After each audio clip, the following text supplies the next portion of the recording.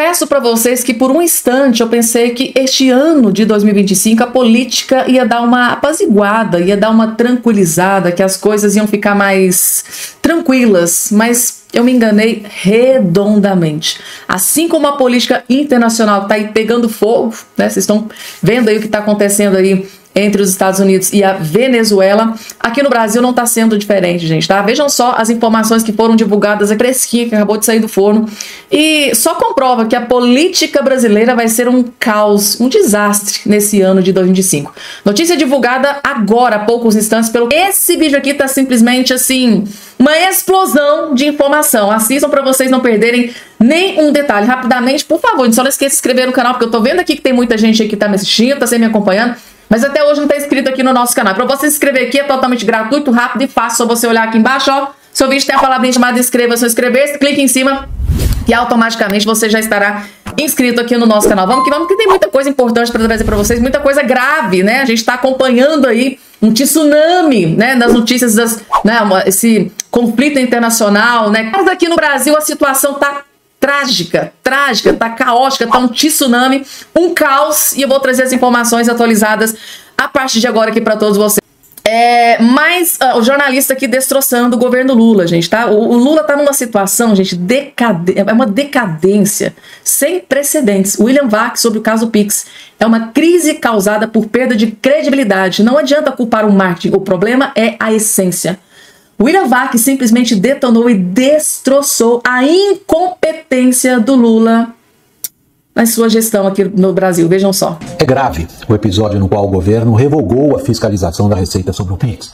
Não estou falando do poder de uma informação falsa a de que o Pix seria taxado. Estou falando do grau de desconfiança que o episódio expõe. O governo diz que não vai taxar o Pix. Milhões de pessoas não acreditam. Acham que o monitoramento dessa ferramenta é só desculpa. O governo diz que vai ser equilibrado no trato das contas públicas. Os agentes econômicos não acreditam. Acham que o governo só vai tentar arrecadar mais para poder gastar mais. Desconfiança é coisa muito séria em política e economia. O governo prefere acreditar que o programa de marketing mal executado, mas não é. Quando o próprio Lula veio a público desmentir fake news sobre o Pix, a onda cresceu ainda mais. Pois mentiras ganham força quando o que afirmam parece plausível, possível, provável. Nesse sentido, o comportamento de milhões que acreditaram numa fake news é o mesmo que o comportamento de enorme número de agentes econômicos que correram por dólar. Uns acham que os fatos recentes indicam que o governo só quer isso mesmo, taxar e arrecadar. Outros acham que os fatos recentes indicam que o governo só fala, mas não corta gastos, piorando a questão fiscal, portanto inflação, juros altos e dólar caro. No fundo, o que estamos vendo não é tanto uma crise causada por fake news, embora também seja, mas é uma crise causada por perda de credibilidade. Não adianta culpar o marketing, o problema é a essência. Não adianta culpar o marketing, o problema é a essência. A essência de um governo fracassado, de um Lula que perdeu a vontade de governar, segundo o senador Ciro Nogueira, né? Essa frase aqui do William Vac resume exatamente, perdeu a essência, né? Não é culpa do marketing, porque a culpa deles é de todo mundo, menos do Lula. O Lula não quer cortar gastos. O Lula quer presidência em 2026 e se ele cortar gastos aqui neste exato momento, ele vai perder popularidade. Claro que ele não quer fazer isso. Vai fazer igual no governo Lula, no governo da Dilma Rousseff. Vai ficar empurrando com a barriga. Vai chegar lá na frente. Dilma Rousseff teve sorte, ganhou a eleição. Só que o que veio logo em seguida? Impeachment. Então não adianta ele ficar empurrando, destruindo o Brasil, chega lá na frente, ganha a eleição. Vou até bater na mesa, porque Deus queira que, né, que Deus proteja o nosso Brasil, que isso não aconteça. Mas se o Lula ganhar a eleição, o que vai acontecer logo em seguida vai ser impeachment. Não vai adiantar nada, porque o Lula não vai conseguir salvar o Brasil depois de um desastre econômico que ele vai afundar o Brasil até 2026, início de 2027. E esse será o mesmo resultado que aconteceu com a Dilma, é o que vai acontecer com o Lula no início de 2027. Vai ser até mais rápido do que aconteceu com a Dilma Rousseff. E aí, gente, vocês concordaram aqui com o William Vac? A culpa não é do marketing, a culpa é do fracasso do governo Lula, né? Agora, gente, Jair Messias, daqui a pouco, gente, tá? Impeachment e cadeia, tá? Presidente da República, tá? Sofre impeachment e vai para a cadeia. Notícia oficial, acabou de acontecer, eu vou trazer essa informação aqui daqui a pouco para vocês. Não esqueçam de se inscrever no canal, ativar o sininho das notificações e compartilhar o vídeo o máximo possível que vocês puderem. Vamos que vamos? Porque tem muita informação para atualizar todos vocês aqui a partir de agora. E logo de cara, gente, eu faço questão de trazer aqui esse vídeo, tá? aquela que parece mais uma assessora de imprensa do Lula e do PT, mas ela foi obrigada, praticamente quase chorando, a dar aqui uma notícia de uma derrota dupla, né, do governo Lula. Então o governo Lula sofreu 2 derrotas acachapantes nas últimas horas e a própria Daniela Lima, quase chorando, teve que noticiar a informação lá no jornal Pichuleco, lá do UOL Notícias. Acompanhe, gente, porque esse vídeo aqui vale a pena apreciar, tá? Daniela, né? Ao recuar em regras do Pix, governo colhe dupla derrota, demonstra fragilidade e cansaço em 2 anos, né? Há 2 anos da eleição, tá? Até a porta-voz oficial do regime já está chamando o governo de fraco e cansado. A coisa realmente, definitivamente, está feia para o governo Lula. Vejam só, vale a pena apreciar esse vídeo. A mulher está quase chorando aqui dando a notícia. O governo Lula colhe uma derrota dupla, demonstra fragilidade e cansaço há 2 anos da eleição. Daniela, quem diz isso? Governo, aliados do governo, oposição e especialistas em marketing político. Eu vou pedir para o nosso time trazer aqui, descer aqui um pouquinho, essa página lá do blog, porque eu queria destacar a primeira aspa que está em negrito aqui, muito obrigada, que está em negrito no blog, pode continuar descendo, muito obrigada. Aqui eu explico, né, que nós ouvimos, pode descer. Ah, tudo bem, vamos aqui na fechadinha, aqui, ó, muito obrigada. O que aconteceu? Ao baixar essa portaria e não comunicar com clareza, não querer comprar briga, explicar de verdade, querer ter feito ali uma coisa meio no jeitinho, meio mambembe, será que ninguém vai perceber, ninguém vai falar? O governo abriu um flanco imenso para a oposição que sentiu o cheiro de sangue. Teve fake news? Teve. Mas teve também debate político, que o governo não se apresentou para fazer. E é importante dizer isso.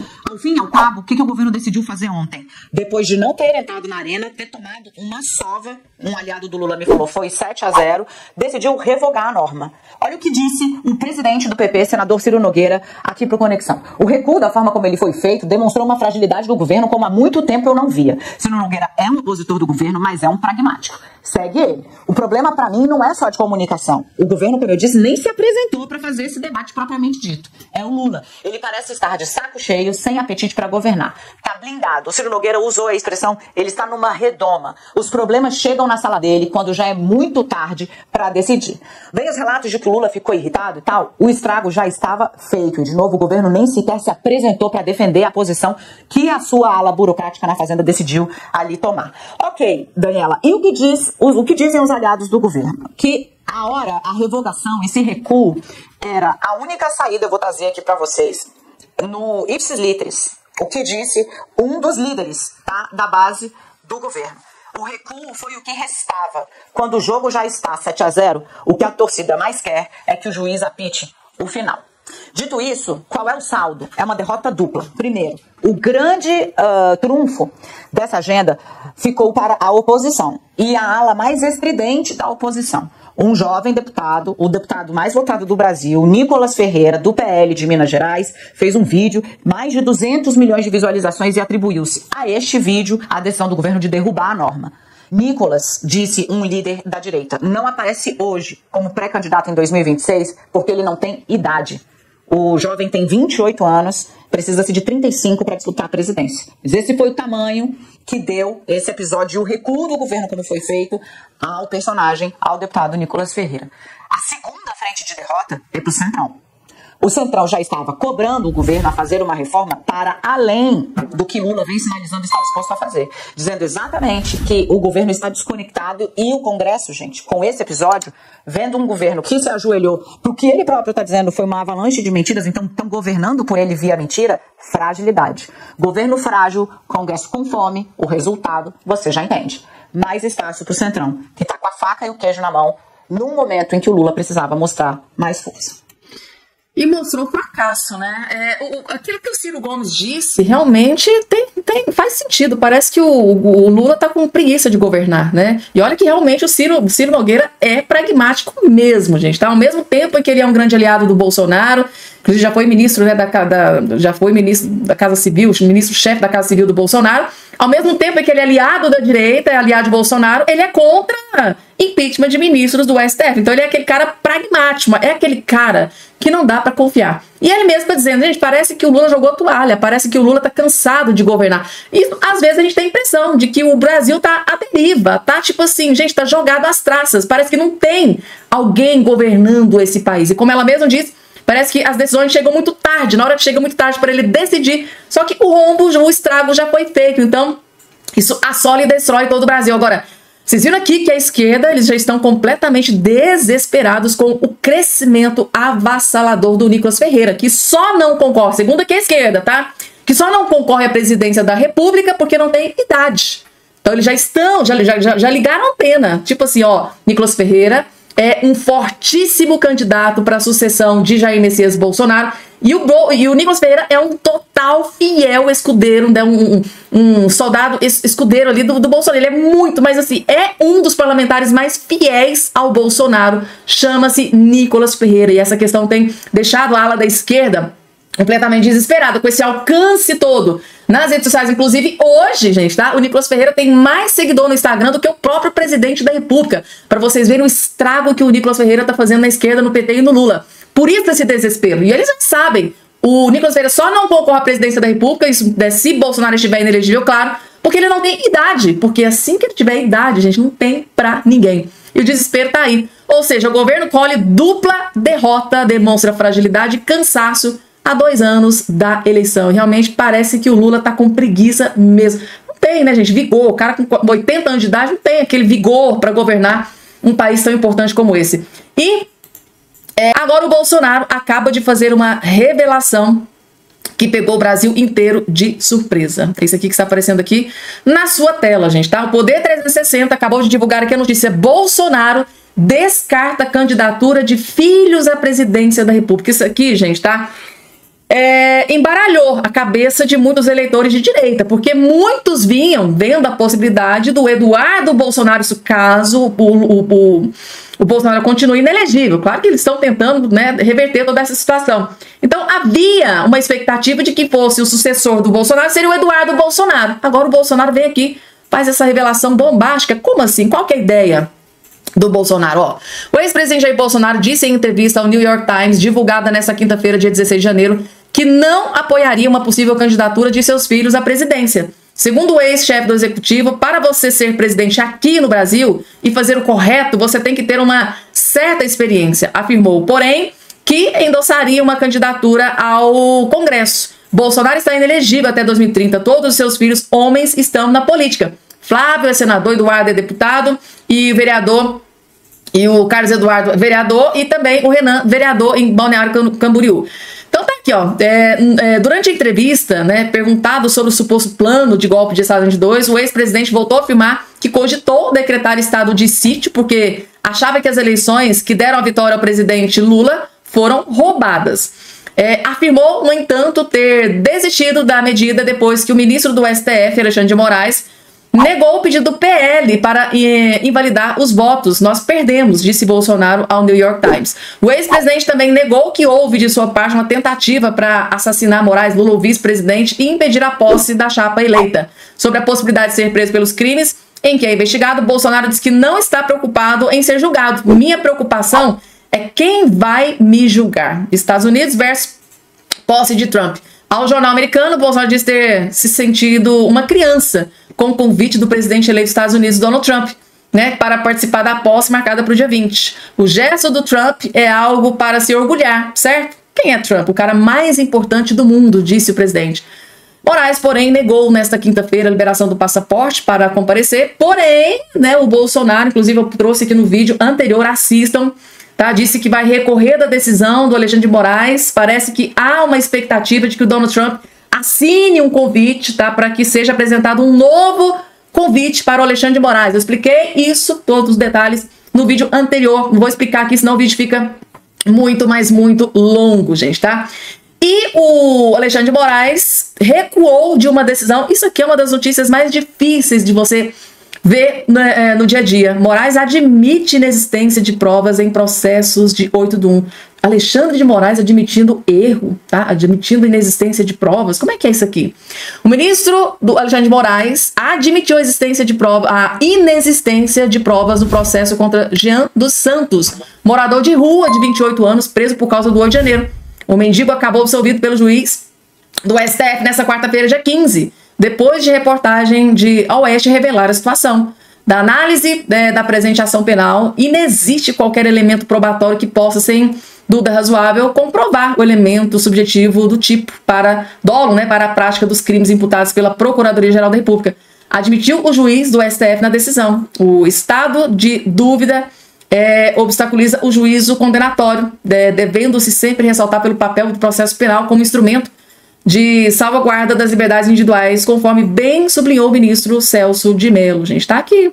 O posicionamento de Moraes veio depois de a PGR emitir parecer favorável pela absolvição do jovem. Ou seja, gente, depois da manifestação do PGR, pediu a absolvição, o Alexandre de Moraes foi lá, se debruçou e viu, nossa, gente, tem um erro aqui, realmente não existe provas e vamos ter que soltar, colocar em liberdade essa pessoa que ficou preso, né, por alguns meses de forma indevida, né, gente, tá aqui a informação. Incrível, né, Alexandre de Moraes recuada de uma decisão é a coisa mais complexa de se ver. Agora, gente, essa notícia aqui que foi divulgada, vejam só aqui, Estados Unidos indo para cima do Lula, exatamente. Senador dos Estados Unidos cobra Lula após ameaças de Maduro contra Porto Rico. Será que o Lula vai dizer alguma coisa? O senador Rick Scott dos Estados Unidos cobrou uma resposta do governo de Lula sobre as ameaças feitas por Nicolás Maduro de enviar militares brasileiros para liberar Porto Rico.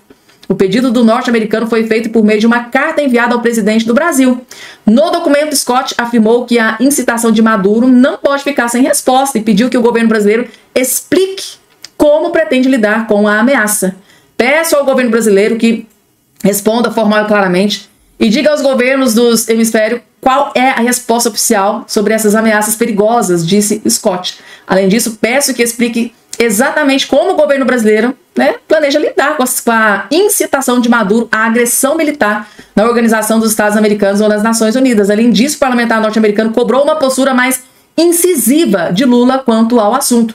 É responsabilidade sua, assim como de todo líder mundial amante da liberdade, amante da liberdade, Lula, se manifestar contra as ameaças de Maduro, escreveu o senador republicano na carta endereçada a Lula. Será que esse senador aqui dos Estados Unidos está sabendo que o Lula, através da embaixadora do Brasil, reconheceu a vitória do ditador Nicolás Maduro, do golpe que o Maduro deu lá na Venezuela? Seria bom ele saber dessa informação. Mas assim, ele fez o pedido, né? Cobrou aqui o Lula para que ele se manifeste, explique toda essa situação. E agora, você que está do outro lado, vocês acham que o Lula vai responder aqui, né, ao senador dos Estados Unidos que cobrou, né, o posicionamento do Lula, ó? Se posicione. E aí, você vai colocar as tropas brasileiras para ajudar o Maduro a invadir Porto Rico? Como é que é toda essa situação? Ele quer um posicionamento do Lula. E aí, gente, vocês acham que o Lula vai se pronunciar, vai dar uma resposta aqui para o senador dos Estados Unidos? Ou vai ficar caladinho, se tratando de Maduro, né, gente? Coloque aqui a sua resposta. Lula que acabou de reconhecer a vitória, né? O governo Lula que acabou, na verdade, Lula que fez o Brasil reconhecer a vitória do ditador na Venezuela, Nicolás Maduro, através da embaixadora ali no Brasil. Próxima informação, gente, deixa eu trazer aqui um vídeo para vocês. Eu vou colocar o vídeo e o comentário vai ser por conta de vocês. Assistam. Nossa querida Bárbara, do Te Atualizei, trouxe um vídeo magnífico, né? Mais uma assessora do Lula passando vergonha na Globo News. Vejam só. Não, cara, não é possível. Não é possível! Olha o que a militante, que também atua como jornalista, na TV estatal não oficial, que é a Rede Lula, disse. O Donald Trump, quando foi eleito agora, ele teve 5 milhões de visualizações. E o deputado Nicolas Ferreira, de Minas Gerais, do PL de Minas Gerais, conseguiu mais de 150 milhões de visualizações ao insistir nessa história de taxação, de PIX, enfim, desqualificar. E aí há uma pressão que é de partidos políticos, mas que encontra eco dentro do governo para criminalizar essa posição, essa desqualificação que o Nicolas Ferreira fez. Por quê? Porque você desacreditar, né, atacar medidas públicas é crime. Ela está dizendo que desqualificar ou desacreditar ou criticar uma medida pública é crime? Bicho, foi exatamente isso que ela disse. Então, na democracia relativa pujante de Brazuela, você desqualificar, desacreditar ou atacar uma medida pública tomada pelo governo é crime. Você precisa aceitar e calar sua boca. Caso contrário, você é um criminoso. Isso dito na maior emissora do país. Última chamada de democracia, apaga a luz e fecha a porta. Tem que fechar a porta mesmo, né, gente? Tem que fechar o boteco. Porque quando você vê uma jornalista militante de esquerda dizer tudo isso aqui, gente, tá? Eu só consigo me lembrar, durante o governo Bolsonaro, quantas vezes esses jornalistas criticaram, repudiaram, pisotearam em cima das propostas, das medidas do governo Bolsonaro. Quantas vezes eles criticaram as medidas do governo Bolsonaro? Quantas vezes eles tripudiaram, gente, sapatearam em cima... Mas naquela época não era crime, mas agora, como é o Lula que está na presidência, agora é crime. Assim, gente, é vergonhoso, é vexatório, tá? Essa segregação, tá? Quando é com Lula, é crime. Quando é Bolsonaro, desce a lenha. Isso é muito sujo, gente. Jornalista, militante de esquerda, é muito sujo, tá? Dá vergonha. Pessoas que estão no jornalismo há tantos anos não têm vergonha na cara de nem esconder. Tipo assim, não, vamos disfarçar aqui um pouquinho. Eles tripudiaram durante o governo Bolsonaro, massacraram o governo Bolsonaro. Agora no Lula, não pode criticar, não pode atacar, você não pode ser contra uma medida pública. Meu Deus do céu. Que país é esse, né? De volta, agora eu trago uma notícia em destaque no nosso site. O ministro Alexandre de Moraes absolveu o morador de rua Jean dos Santos, de 28 anos, preso por causa do 8 de janeiro. Agora são 5 moradores de rua soltos por Moraes até o momento. O Oeste revelou o caso de Jean dos Santos, que tinha um parecer favorável da Procuradoria-Geral da República em prol da soltura desde 8 de janeiro deste ano. A Defensoria Pública da União cuida do processo de Santos e há meses tem chamado a atenção para a vulnerabilidade social do homem. Na decisão, Moraes admitiu que não existem elementos para comprovar que Jean tenha praticado os crimes imputados pela Procuradoria-Geral da República. Silvia, a gente exibe aqui na tela um trecho dessa reportagem em destaque no site da Revista Oeste. Nós que temos acompanhado muito de perto, o repórter Christian Costa traz aí o caso, a gente dá rostos para esses muitos invisibilizados aí do 8 de janeiro e agora a gente traz, felizmente, a absolvição do Jean dos Santos pelo ministro Moraes. Paula, como você disse, não é um caso, são vários, né? O Jean dos Santos, tem o Jefferson Figueiredo, que nós trouxemos aqui na semana anterior, tem vários casos de moradores de rua, pessoas que vivem nas ruas, eles são andarilhos, eles estão em busca de comida, estão em busca de alguém que lhes ofereça compaixão, que tenha misericórdia, tudo aquilo que o ministro Alexandre de Moraes não tem. Porque essas pessoas ficaram presas a uma tornozeleira eletrônica ou com idas e vindas à cadeia por conta de quem? Quem é o responsável? Quem prendeu ou quem manteve preso por tanto tempo? Essa é uma pergunta que não quer calar e que um dia terá de ser respondida. Quem prendeu essas pessoas errou porque eles estavam, por exemplo, no caso de um deles, no dia 9 de janeiro, no quartel-general do Exército. No dia 8 de janeiro, estavam ali no meio do tumulto tentando caçar um pedaço de lanche, um refrigerante, um trocado para comprar comida. Então, quem o prendeu, errou. Mas quem o manteve preso não teve tempo de reexaminar o caso. Onde é que está o Ministério Público? Para que serve o Ministério Público? Para que serve tantos auxiliares que compõem a vara particular do ministro Alexandre de Moraes sobre o 8 de janeiro? Sabemos que são 15 inquéritos dos 21 que ele conduz no gabinete dele. Para que servem tantos especialistas que não conseguem olhar e entender que determinada pessoa não tem renda e não tem endereço fixo, ou seja, é um andarilho. Num dos casos, por exemplo, um morador de rua teve de voltar para a cadeia porque houve constatação que no monitoramento da tornozeleira eletrônica ele se deslocava por várias partes. E a Defensoria Pública disse o óbvio, é claro, ele não tem onde morar. Ou ele está debaixo de uma ponte num dia de chuva, ou ele está procurando um abrigo, se tiver vaga, no abrigo público, um cobertor para dormir. Como é que ele não pode andar pela cidade em busca de um canto que não esteja chovendo, ou que tenha comida, ou alguém que ofereça uma porta, uma garagem? Quantos de nós, quando estamos nas ruas em todas as cidades do Brasil, nos deparamos com pessoas nessa situação de extrema vulnerabilidade?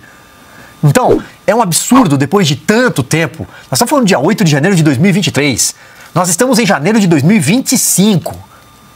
Tiraram tempo de vida de quem já não tem nada. É disso que se trata. Fabi, deixa eu aproveitar para dar nomes desses 5 moradores de rua que foram absolvidos pelo ministro Moraes. É importante a gente individualizar, dar o rosto, falar o nome dessas 5 pessoas, desses 5 moradores de rua que foram acusados de supostamente tentar dar um golpe de Estado no Brasil. São eles o Geraldo Felipe da Silva, o Wagner de Oliveira, o Vitor Manuel de Jesus, o Jefferson Figueiredo e agora a gente traz então o caso do Jean Guimarães dos Santos. E a gente é obrigado a conviver com essas constantes injustiças, né? Porque não para, infelizmente, nesses 5 nomes. Mas esses 5 nomes representam muita coisa. Primeiro, mostra que o Estado brasileiro é falido, que a gente recolhe muito imposto para isso, né, para ter um resultado desse, que pessoas são obrigadas a ficar na rua e conseguir comida dessa forma. Depois é a famosa injustiça e ausência de direitos humanos. Eu duvido, né, eu sei inclusive que a Procuradoria esteve lá, foi ver essas pessoas de perto e eu duvido que não seja concebível aos olhos nu você verificar a condição dessas pessoas. Foi bastante interessante porque a PGR se manifestou e em menos de 1 hora, esse último absolvido, o ministro Alexandre de Moraes já deu a absolvição. Inclusive eu até avaliei ali no momento que ele estava querendo dar algo positivo porque talvez viesse algo negativo. Não me equivoquei, porque é assim que infelizmente eles pensam. E o mais triste é que essas pessoas não terão reparação, ou ao menos não terão a reparação que eu julgo, né, que seria correta. Primeiro, porque se sabe que essas pessoas não vão ter advogados para assisti-las e se tiver, né, essas ações contra o Estado, demora muito tempo, é transformado em precatório, tem que entrar na fila do precatório e há inúmeros exemplos, né, de pessoas que inclusive morrem e acaba ficando para o espólio os precatórios a serem recebidos. Isso não é justiça, né? No mínimo, o Estado deveria reconhecer, fazer um pedido de desculpas público e já dar um jeito de consertar a vida dessas pessoas para ver se ameniza a humilhação que elas passaram. Isso porque a gente está falando desses 5. Mas eu creio que muitos, mas muitos outros, a injustiça é tamanha que vão seguir pelo esse mesmo caminho. O certo é a absolvição, o certo não é a anistia. A gente fala em anistia porque é o que é viavelmente possível, né, politicamente, mas o certo seria a absolvição.